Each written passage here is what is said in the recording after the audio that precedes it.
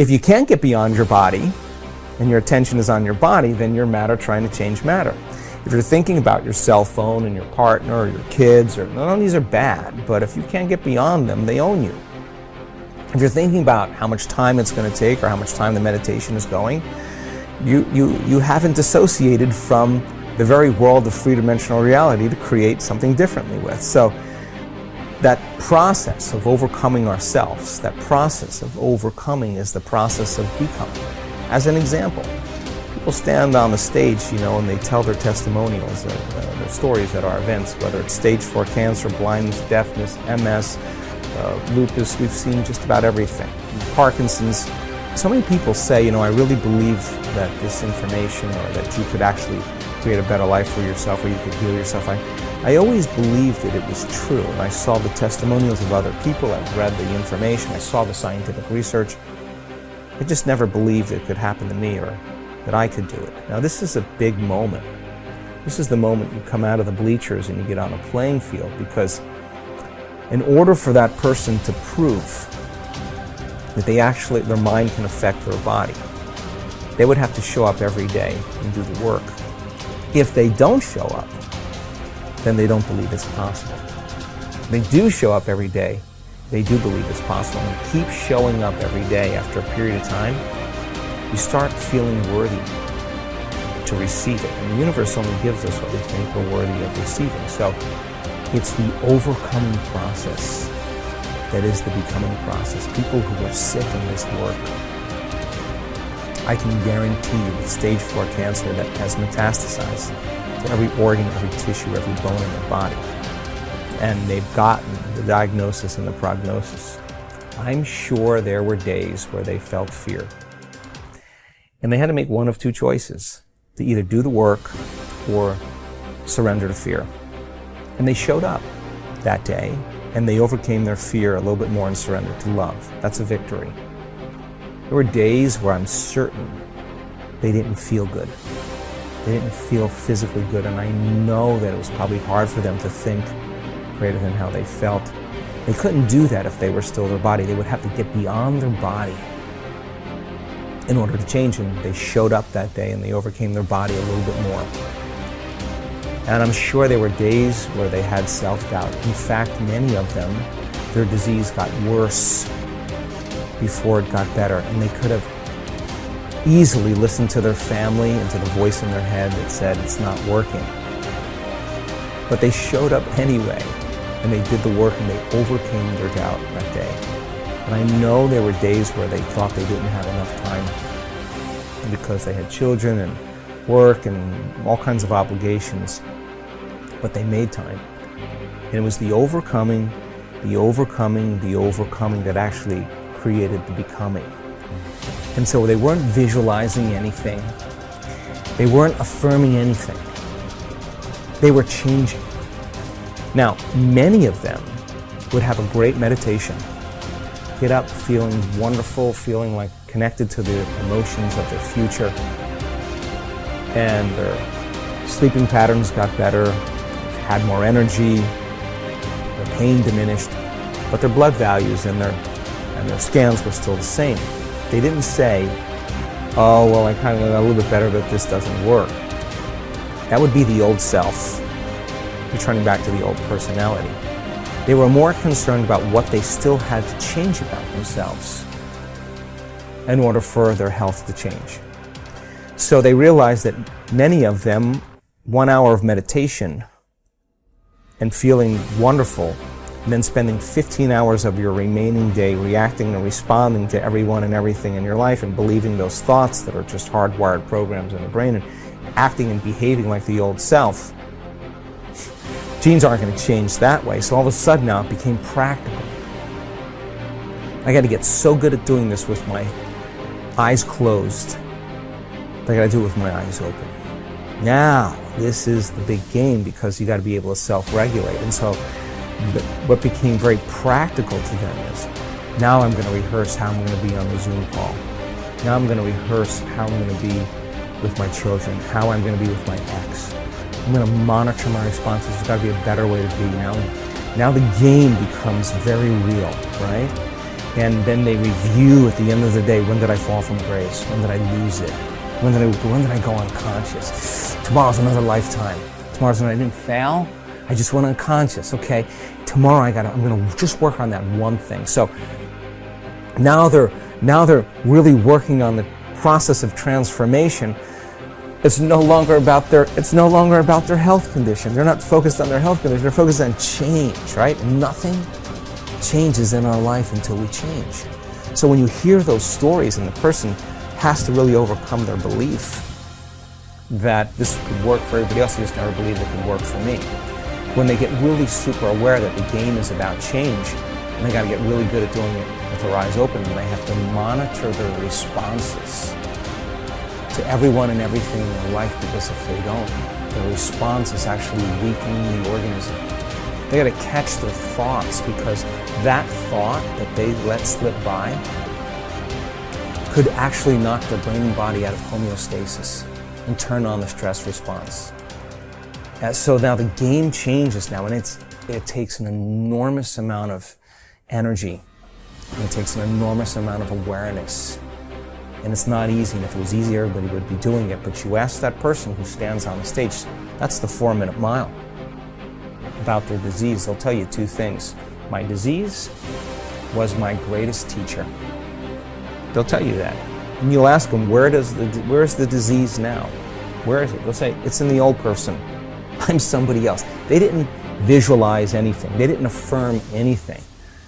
They just kept practicing overcoming. And it's the overcoming process that actually affects the becoming process. What determines the difference in human actions? Throughout my life, I have passionately sought the answer to these questions. One thing is clear to me. Human beings are not random creatures. Everything we do for a reason. We may not be aware of the reason consciously, but there is undoubtedly a single driving force behind all human behavior. This force impacts every facet of our lives, from our relationships and finances to our bodies and brains. What is this force that is controlling you even now and will continue to do so for the rest of your life? Pain and pleasure. Everything you and I do, we do either out of our need to avoid pain or our desire to gain pleasure. So often, I hear people talk about changes they want to make in their lives, but they can't get themselves to follow through. They feel frustrated, overwhelmed, even angry with themselves because they know they need to take action, but they can't get themselves to do it. There is one elementary reason. They keep trying to change their behavior, which is the effect instead of dealing with the cause behind it. Understanding and utilizing the forces of pain and pleasure will allow you once and for all to create the lasting changes and improvements you desire for yourself and those you care about. Failure to understand this force dooms you to a future of living in reaction like an animal or a machine. Perhaps this sounds like a complete oversimplification, but think about it. Why don't you do some of the things you know you should do? After all, what is procrastination? It's when you know you should do something, but you still don't do it. Why not? The answer is simple. At some level, you believe that taking action in this moment would be more painful than just putting it off. Yet, have you ever had the experience of putting something off for so long that suddenly you felt pressure to just do it, to get it done? What happened? You changed what you linked pain and pleasure to. Suddenly not taking action became more painful than putting it off. A man who suffers before is necessary, suffers more than is necessary. What keeps you from approaching that man or woman of your dreams? What keeps you from starting that new business you've been planning for years? Why do you keep putting off that diet? Why do you avoid completing your thesis? Why haven't you taken control of your financial investment portfolio? What prevents you from doing whatever it takes to make your life exactly as you've imagined it? Even though you know that all these actions would benefit you, that they could definitely bring pleasure to your life, you fail to act simply because in that moment you associate more pain to doing what's necessary than missing the opportunity. After all, what if you approached that person and they rejected you? What if you tried to start that new business but failed and lost the security you have in your present job? What if you started a diet and went through the pain of starving yourself, only to gain the weight back eventually anyway? What if you made an investment and lost your money? So why even try? For most people, the fear of loss is much greater than the desire for gain, which would drive you more. Keeping someone from stealing the $100,000 you've earned over the last 5 years, or the potential of earning $100,000 in the next 5. The fact is that most people would work much harder to hang on to what they have than they would to take the risks necessary to get what they really want from their lives. The secret of success is learning how to use pain and pleasure instead of having pain and pleasure use you. If you do that, you're in control of your life. If you don't, life controls you. If we link massive pain to any behavior or emotional pattern, we will avoid indulging in it at all costs. We can use this understanding to harness the force of pain and pleasure to change virtually anything in our lives, from a pattern of procrastinating to drug use. How do we do this? Let's say, for example, you want to keep your children off drugs. The time to reach them is before they experiment and before someone else teaches them the false association that drugs equal pleasure. My wife and I decided that the most powerful way to make sure our kids would never use drugs was to cause them to link massive pain to drugs. We knew that unless we taught them what drugs were really about, someone else might convince them that drugs were a useful way of escaping pain. If we fail to direct our own associations to pain and pleasure, we're living no better than animals or machines, continually reacting to our environment, allowing whatever comes up next to determine the direction and quality of our lives. Our behavior, both conscious and unconscious, has been rigged by pain and pleasure from so many sources. Childhood peers, moms and dads, teachers, coaches, movie and television heroes, and the list goes on. You may or may not know precisely when programming and conditioning occurred. It might have been something someone said, an incident at school, an award-winning sports event, an embarrassing moment, straight as on your report card, or maybe failing grades. All of these contributed to who you are today. I cannot emphasize strongly enough that what you link pain and pleasure to will shape your destiny. As you review your own life, can you recall experiences that formed your neuro-associations and thus set in motion the chain of causes and effects that brought you to where you are today? What meaning do you attach to things? If you're single, do you look upon marriage wistfully as a joyous adventure with your life mate? Or do you dread it as a heavy ball and chain? As you sit down to dinner tonight, do you consume food matter? Of factly as an opportunity to refuel your body? Or do you devour it as your sole source of pleasure?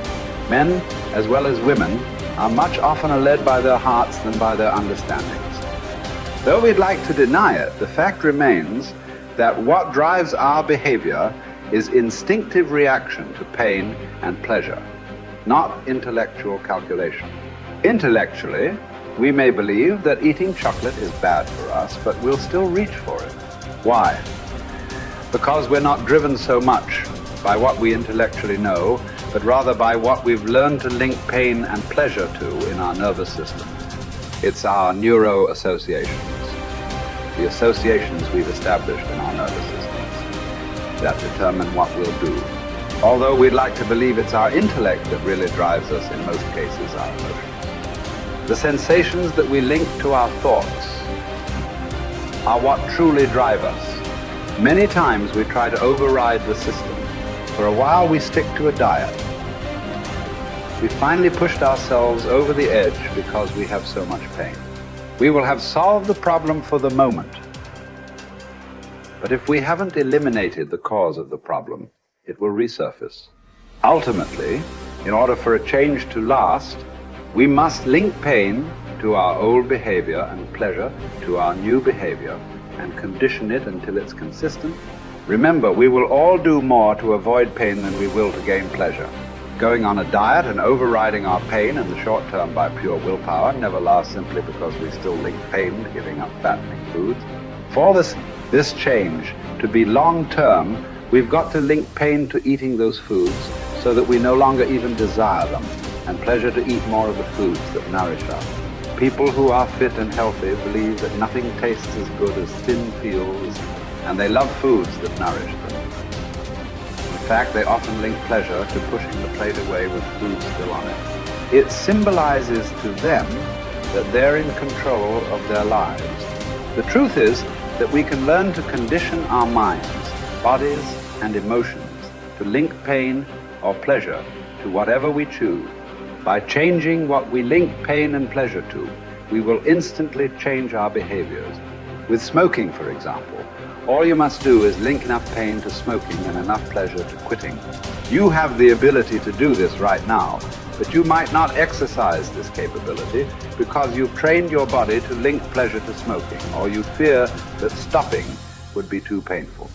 Yet, if you meet anyone who has stopped, you will find that this behavior changed in one day. The day they truly changed what smoking meant to them,